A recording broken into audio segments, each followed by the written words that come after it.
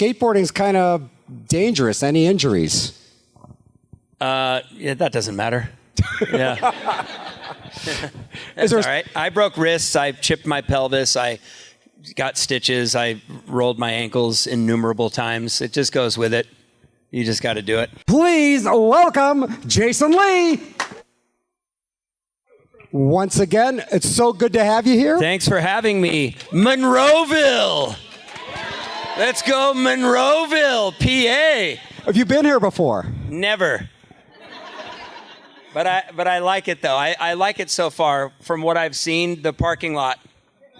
Yeah. It's awesome. It's a highlight. For having me. Do you do many Comic-Cons? I just started doing these last year.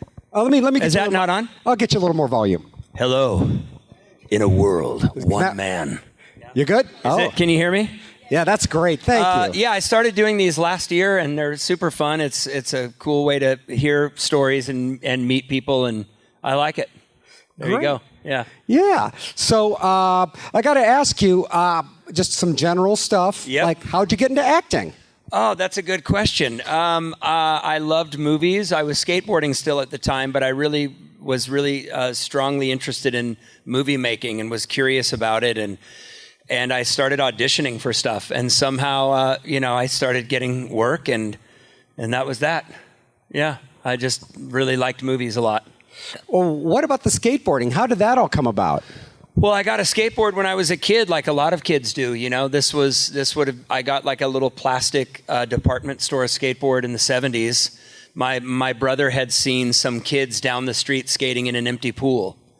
And he was like, you got to come and see this. And then we were just hooked on skateboarding. And we got little toy skateboards that my mom got us. And we rolled around on them. And then I got another skateboard a few years later. And then started skating more passionately every day when I was about a freshman or senior or a sophomore in high school. Yeah, it started from there in California. We have some water for you there if you get thirsty. Oh, thanks a lot. But I got to ask you, I mean, skateboarding's kind of dangerous. Any injuries? Yeah, that doesn't matter. Yeah.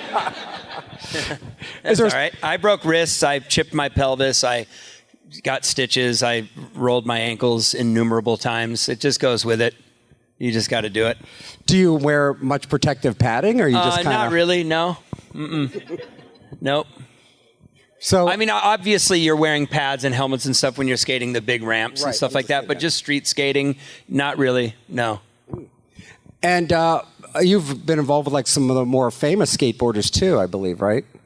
Yeah, I was around in those days where, when it was like Tony Hawk and Mark Gonzalez and the Bones Brigade guys. And it was a really good time. The late 80s going into the 90s was a really important period in skateboarding. It was a really, really important transitional period in skating when it started really started advancing. Do you have a favorite trick that you skating trick? Or I just like to do kick flips and 360 flips and stuff like that. If anybody knows what skateboarding is out there, I don't know, but it's just fun stuff to do on a skateboard, where you flip the board around and stuff. Do you have any YouTube videos of that? Yeah, there's stuff on YouTube, I think, of me skating from clips from the older videos that I was in back in the day. Nice. Yeah. And you're also involved in photography. Yeah, I've been a photographer for over 20 years now, and that's another passion of mine, and I dedicate a lot of my time to that and traveling and publishing books and exhibiting and stuff like that. Yeah. Just try to stay busy. So, like digital photography, or are you actually a film guy? I'm still a film shooter, because that's what I started with, and that's just all I've kind of known. And so I still use film.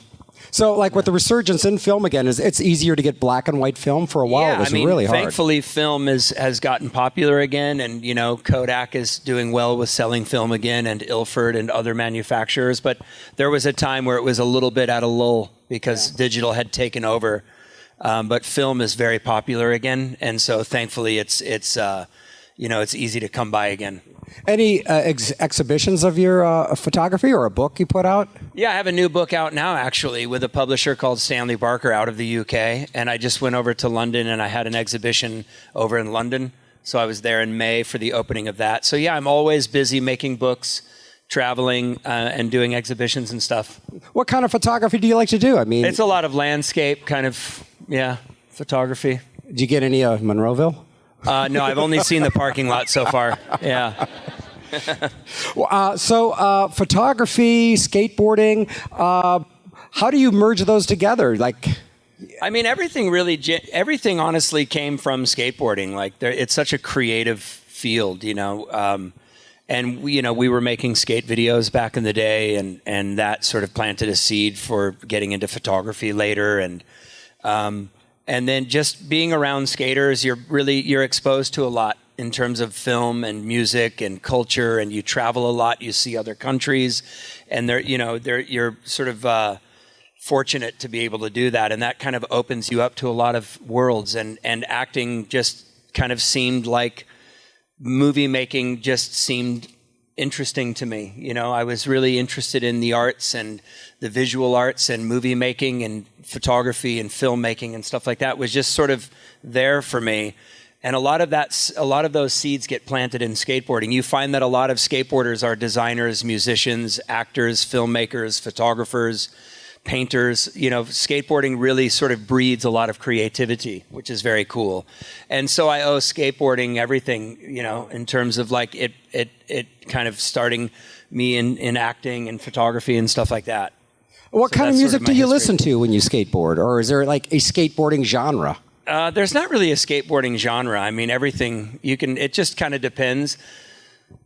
You know, punk rock, everything from like punk rock music to jazz music, or, you know, whatever. I mean, it depends on what your vibe is, but it all kind of goes with skateboarding, which is kind of interesting. But do you listen to music while you're skateboarding? No, but like when when you're scoring a video, you put music, just like when you're editing any kind of film, you're putting music to it. And we tend to put a lot of in our videos, we've played alternative music to jazz music to, you know, and it all goes really nicely with skating. It depends on the energy of the footage, what the skating looks like, what kind of skating it is, how it's photographed. I mean, the creative process of making skate videos is really cool, really involved. Yeah. Speaking of video, how did you get involved with the Sonic Youth music video? Tamara Davis was directing a Sonic Youth video, and Spike Jonze had been hired by her to shoot all the 16 millimeter black and white skate footage. So there's sort of like flashbacks, and that was all captured on 16 millimeter film by Spike Jonze of skateboarding. So I was still I was only like 21. I was still a young pro skater, and because of Spike, I was in this Sonic Youth video. Were you familiar with their music? Yeah, of course. Yeah. Sonic Youth.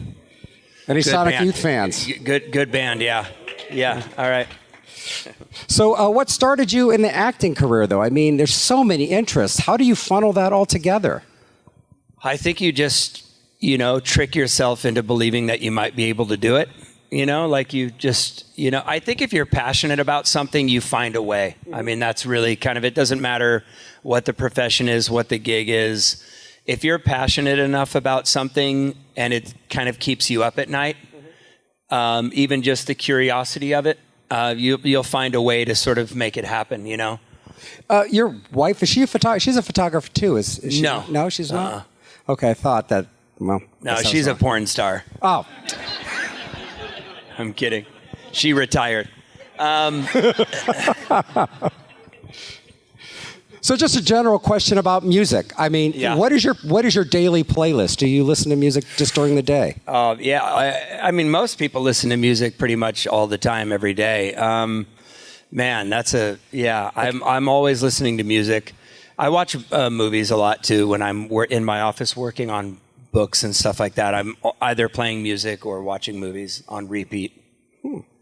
But as far as say you have a Spotify, is there a go-to song that you would say is the theme song to your life soundtrack? That's a really good question. I mean, honestly, sometimes the jazz station's on a lot at the house, which is 88.1 for us in LA. Everything from like jazz to more modern music, folk music, older music. I kind of listen to everything except for like Justin Bieber or whatever. Okay. Yeah, I don't know if that's a popular thing to listen to, but yeah. Do you make any music or have the desire to do I that? play a little guitar. About that big? Yeah, I play a little guitar. I know some chords. Mm-hmm. Yeah. Do you write any music or just kind of fiddle around? No, but I noodle around on the guitar. Yeah. When you're traveling, do you bring your skateboard or your guitar or anything to keep you busy or your photography stuff? Normally when I'm out on the road with the cameras, it's just the cameras and traveling and shooting and then the skating usually takes place on the weekends at home and stuff with the kids and with friends and stuff. Parking lot sessions. Yeah. Do you have a favorite, a favorite vacation place you head to for photography, or is it just vacation? I don't know. That's a good question. Monroeville, Pennsylvania. Yeah, okay. Making it hard. What was your last vacation then? My last vacation, I guess that would have been when I went over to London for that exhibition. Even though I was quite jet lagged, it was nice to be there. My first time going to London was about 1990. I think we went over there on a skate trip and ended up getting a bunch of footage over there that we used in a video that came out in 1991. So it was, yeah, it's always nice to go over there and sort of overseas and, having gone over there originally for skateboarding and then to later return for something else is kind of nice too, Do you have any like a gallery of your photography online for folks to see? Just my website, jasonleefilm.com. Yeah, I have some stuff up there. When you say Jason Lee Film, you actually are making film too? No, well, I don't know because somebody else has jasonlee.com. And you didn't want .net. And I've tried to track them down and they're nowhere to be found. So obviously doing some Comic-Cons, you run into a lot of other celebrities. Is there anyone you ever really kind of geeked out over? Ralph Macchio. I got excited to see Ralph Macchio. He was here. The Cobra Kai guys. That was kind of cool. And my kids made me make a video with them, 'cause they don't care about me. They just care about the Cobra Kai guys. So that was pretty cool. I saw the Vacation. I saw the Vacation folks, Chevy Chase and stuff. Yeah. And yeah, that was pretty cool. Yeah. Who else? I saw C-3PO. Anthony Daniels. I saw those R2-D2 robot things that are like $30,000. I tripped out on that. That was cool to see. Yeah. So I want to talk a little bit about your acting. Your style seems to be really natural. How much of yourself do you actually put into your roles when you research anything? Well, I guess it just depends, I mean, that's a really good question. I think it just depends on the material. And, with something like Earl, obviously there's a more sort of organic, spontaneous, playful... Oh, I can't talk about that. Sorry. Yeah, it depends on... that thing. Yeah, it depends on the project and what the material is and the character and stuff. It depends on, that stuff in terms of what depths you need to go to get everything figured out. But of course, there's always a process in figuring out character and stuff like that. Yeah. When you're reading a script for the first time, do you actually think, I can embellish this like this, or you just kind of think this is the way it's written? Can you actually have any? Again, that depends on the people involved, the writers, the directors, and all of that kind of stuff, just in terms of what they are comfortable with. But you're always going to work to put your sort of spin on it, or your reality, your understanding of it, and that might differ in some ways to the directors, and so it just it becomes a collaborative effort. You know what I mean? Like how you sort of figure things out together, and that's a really fun process. Sometimes you're off the mark, sometimes you're on, sometimes things get changed, but it all comes down to sort of like that process of trying to figure out what feels right, what doesn't feel right, what feels natural, what doesn't feel natural. You ever think it's a fun process? Yeah. It really is, because you're having to sort of dissect and research and figure out and try something one way and it doesn't feel right, so you try it again. That whole creative process, it's sort of like problem solving. You're trying to sort out what feels the truest, the most real, whether it's comedy or drama, something lighthearted or something more serious. The process is kind of the same. You want to feel believable, you want to feel real, and you want it to come off as true and believable. And finding those places is why it's so fun to act, because you get to do a lot of problem solving like that. Any desire to be behind the camera, writing or directing? Maybe, you know. Is it in your wheelhouse? Yeah, directing or is would it... be fun for sure. You know what I mean? Yeah. Any directors that you're particularly fond of? That I mean, Can I name not names? anything you've I made can't or really worked name with. Names, can I? All of them. All of them. I Yeah. like that. Yeah, they're all all of pretty them. amazing. What else? Anything? Let me turn things around. You've done some of these Comic Cons. Is there anything anybody you've always wanted somebody to ask you but they haven't? Something that you really want to just talk about? About cons? About you. No. About cons then.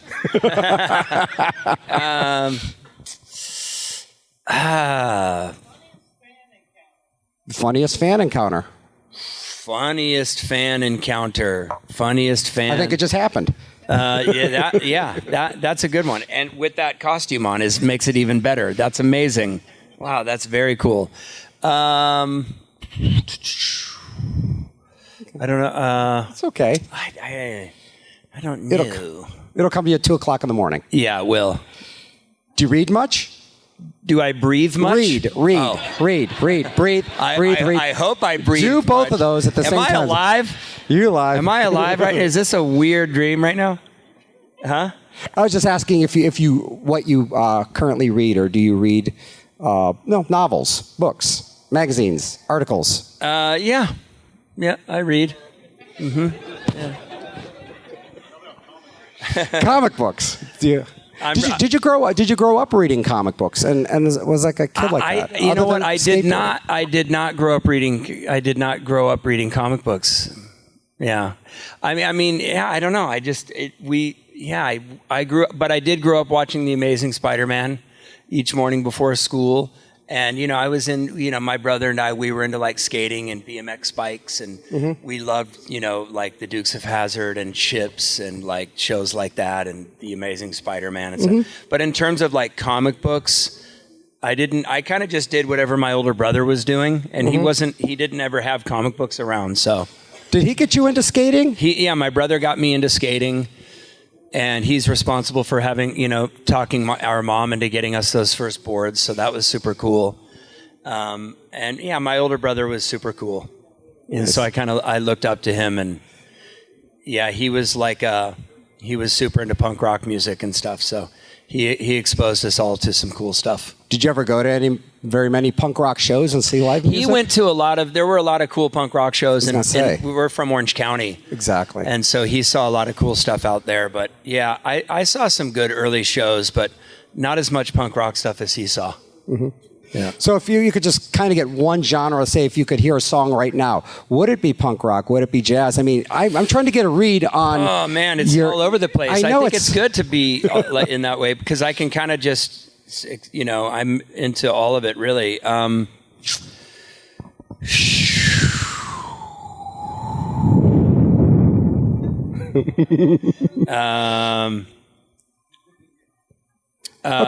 I recently discovered... Are there any Radiohead fans here?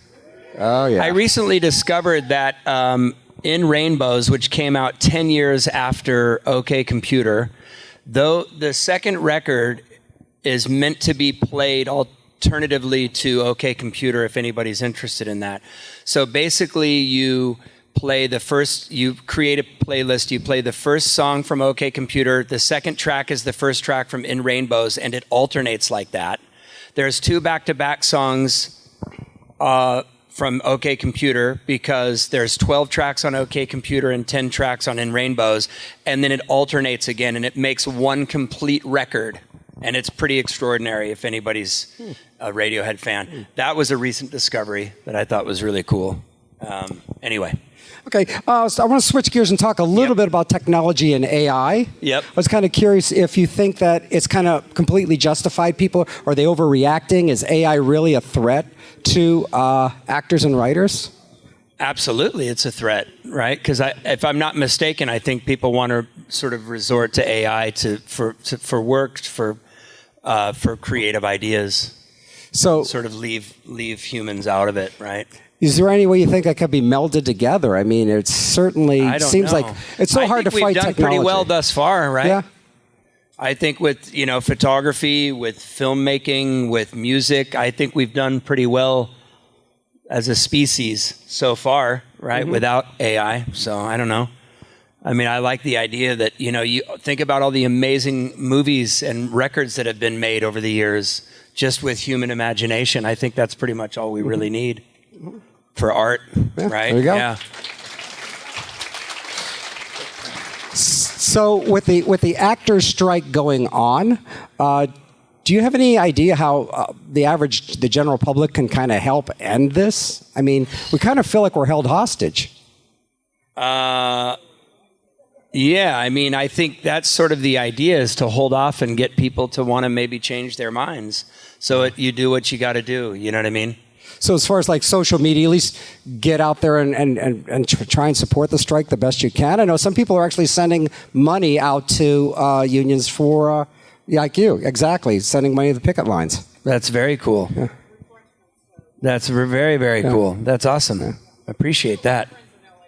Very nice. Thank you so much. Yeah. That's awesome. Thank you. There you go.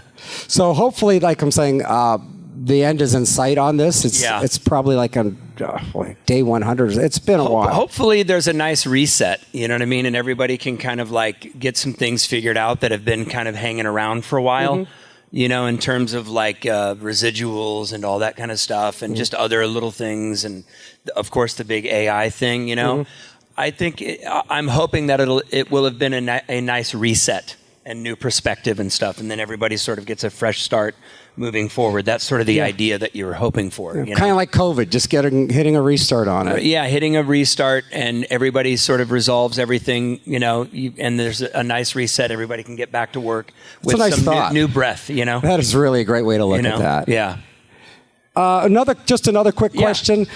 Is there any be living or dead, any celebrity you would like to meet or someone that influenced you into getting into acting? Well, one of the reasons I got into acting was Steve Buscemi. Whoa. Just, seeing him in early films just being just kind of a strange character. The Jim Jarmusch stuff, right? And the Coen Brothers stuff, yeah. And then, really being inspired by him, and just like the possibility of doing some strange, fun, creative things, and just having an innocent kind of curiosity about what that means. Have you ever met him? Not once, no. But yeah. Buscemi was an early influence. Just what about his style? What about what he does? What gets you? Just I'm not going to name a project. No, I'm not going to. I'm not trying to trick you. Yeah, just if you've seen, I mean, stuff. I was just kind of drawn. I was drawn to that world a lot. That sort of the Coen Brothers thing was a big sort of inspiration for me. Yeah, it's just for me. I just think he's one of the actors that almost breaks like a fourth wall in acting. You almost put yourself in there with him. He's as odd looks, but he's so identifiable. He's amazing. Yeah. And he actually started, I think he was a firefighter before all this too. Yep. Yeah, he's one, and somebody that I would have really liked to have met was Harry Dean Stanton. Wow. Who's my favorite actor of all time. Wow. Yeah. Just from how natural he was, or just how offbeat he was? It's funny because you watch actors, and the really, really good ones, you can tell that they absolutely have no idea that there's a camera around them. And Harry Dean Stanton is one of those actors where when you're watching their movies, they're literally in it so deeply that it doesn't feel at all like they're on a set or that they're being filmed. They're just really, it's so real and so natural, so organic and relaxed. Harry Dean Stanton is one of those actors, if you've seen his work. Tommy Lee Jones is another one of those actors who's so good that you can't sense that he's aware of what's happening. He's just that person. See, Robert Mitchum always did that for me. Tommy Lee Jones is one of my favorite actors for sure. So as far as the future goes, I know we can't talk about anything, but as far as something general, were you looking to get once you get back in the saddle? More comedy, more I was drama? working on something that was dark comedy and very enjoyable. And then everything, of course, is on hold. So we'll revisit that, hopefully, Great. Yeah. Any message for the audience? We're going to kind of wrap things I up just here. want to say thank you guys for coming out and welcoming me here to lovely Monroeville, Pennsylvania. That's so awesome that you guys came to sit here. That's amazing. I really appreciate it. I just looked over and I'm seeing a Grinch just staring at me, just so mean. You're a mean one, Mr. Grinch. That's amazing. So you're headed back to your table to sign, and Yep. you got a photo op coming up, all that stuff? Yep, I'm hanging around. Thank you guys again, and I hope to say hi to you a little later over there. You're in the he's in there. You're straight across. So I'm he's in Hall D. Hall D, which is right I over know. there. Well, once again, Thank please you guys welcome, so much. Thank you. Thank you for coming. Thank you so much, Jason. Have a good one. Take the water with you. Oh yeah, thanks. Cheers. Thank you. so much. Thank you. Give it up one more time, Jason Lee. So, what are we going to do tonight, Brain? Same thing we do every night, Pinky. Watch fandom spotlight videos and then take over the world. Hey, God, that's great! And maybe we should tell them all to have fun? And follow their fandom. Then bow before my genius.